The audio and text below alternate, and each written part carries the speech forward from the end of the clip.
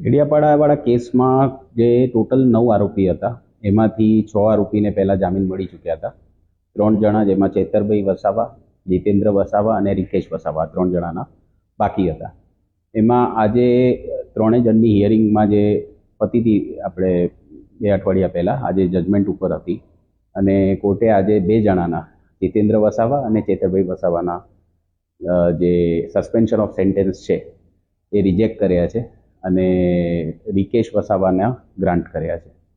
Suspension of સેન્ટેન્સમાં જે આજનો ચુકાદો છે સસ્પેન્શન ઓફ સેન્ટેન્સમાં છે. બીજી અરજી છે સ્ટે ઓફ કન્વિક્શનની, એટલે એના ઉપર તો અત્યાર સુધી હિયરિંગ જ નથી થઈ, એટલે એની જ્યારે હિયરિંગ થશે એના ડિસિઝન એ પ્રમાણે આવશે. એટલે કોર્ટ આ જે છે સસ્પેન્શન ઓફ સેન્ટેન્સ જે છે એ ડિસ્ક્રિશનરી રિલીફ છે.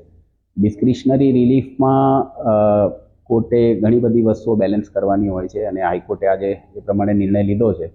અને ઓબ્ઝર્વેશન શું છે એ તો હજી ફાઇનલ જજમેન્ટની જે અપલોડેડ કોપી છે હજી સુધી અમને અવેલેબલ થઈ નથી, એટલે જોઈને એની ઉપર કમેન્ટ કરીશું. નમસ્કાર મિત્રો, જય જોહર. આજરોજ સમાચાર મળી રહ્યા છે કે માનનીય ચેતરભાઈ વસાવાના જામીન નામદાર હાઈકોર્ટમાંથી નામંજૂર થયા છે. આ વાતથી સાબિત થાય છે કે આ રાજ્યની ભાજપ સરકાર ચેતરભાઈ વસાવાને તોડી પાડવા માટે, એમના મનોબળને તોડવા માટે એનાથી થાય એટલા પ્રયત્નો કરી રહી છે અને એડી ચોટીનું જોર લગાવી રહી છે. પરંતુ હું ભાજપને કહેવા છું કે આ એ ચેતર વસાવા છે, આ એ આદિવાસી સમાજનો હીરો છે કે તમારી સામે લડવાનું પસંદ કરશે, ઝૂકવાનું પસંદ નહીં કરે.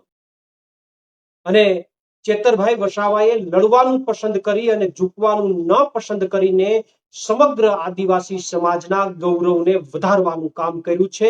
આદિવાસી સમાજના ઇતિહાસનું પુનરાવર્તન કરવાનું કામ કર્યું છે. ત્યારે ચેતરભાઈ વસાવાને તો સો અભિનંદન, પરંતુ હું આદિવાસી સમાજને પણ હવે નમ્ર અપીલ કરું છું કે જે ચેતર વસાવાએ તમારી અસ્મિતાને મજબૂત કરવાનું કામ કર્યું છે અને તમારા ઇતિહાસનું પુનરાવર્તન કરવાનું કામ કર્યું છે, એ ચેતર વસાવાના સપોર્ટની અંદર ગાંધી ચિંધ્યા માર્ગે બહાર નીકળો, તમારી તાકાત બતાવો અને ચેતર વસાવા શું વ્યક્તિ છે, એની પાછળ કેટલા લોકો છે, ગાંધી ચિંધ્યા માર્ગે તમારી તાકાત બતાવવાનો મિત્રો સમય આવ્યો છે.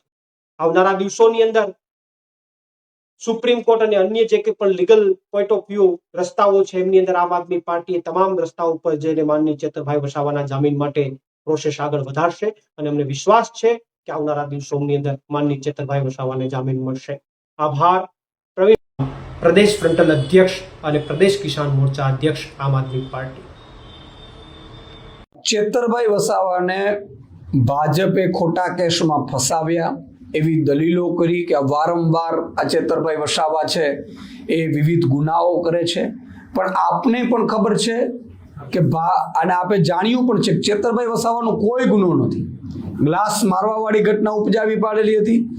આ પણ વન કર્મચારીને અને જે વન કર્મચારીઓએ રાત્રે 2 વાગે ખેડૂતોનો ઊભો પાક લણી નાખ્યો હતો, કાપી નાખ્યો હતો. એટલે ચેતરભાઈ વસાવા ધારાસભ્ય તરીકે, જવાબદાર વ્યક્તિ તરીકે એમણે સમાધાન કરાવ્યા હતા. એમાં ભાજપે, કારણ કે આદિવાસી વિરોધી ભાજપ માનસિકતા ધરાવે છે, ભાજપ એવું નથી ઈચ્છતી કે આદિવાસીઓ જાગૃત થાય, ભાજપ એવું નથી ઈચ્છતી કે આદિવાસીઓનો કોઈ લીડર મજબૂત થાય.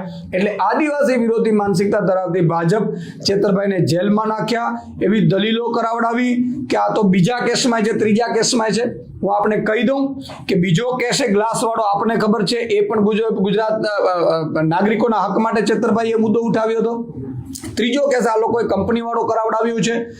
એમાં પણ બ્લાસ્ટમાં જે કર્મચારીઓ, મજૂરો, શ્રમિકો મૃત્યુ પામ્યા છે એને વળતર વધુ અપાવવા માટે ચેતરભાઈ ત્યાં પહોંચ્યા હતા. તો એમાં એને શું ગુનો કર્યો?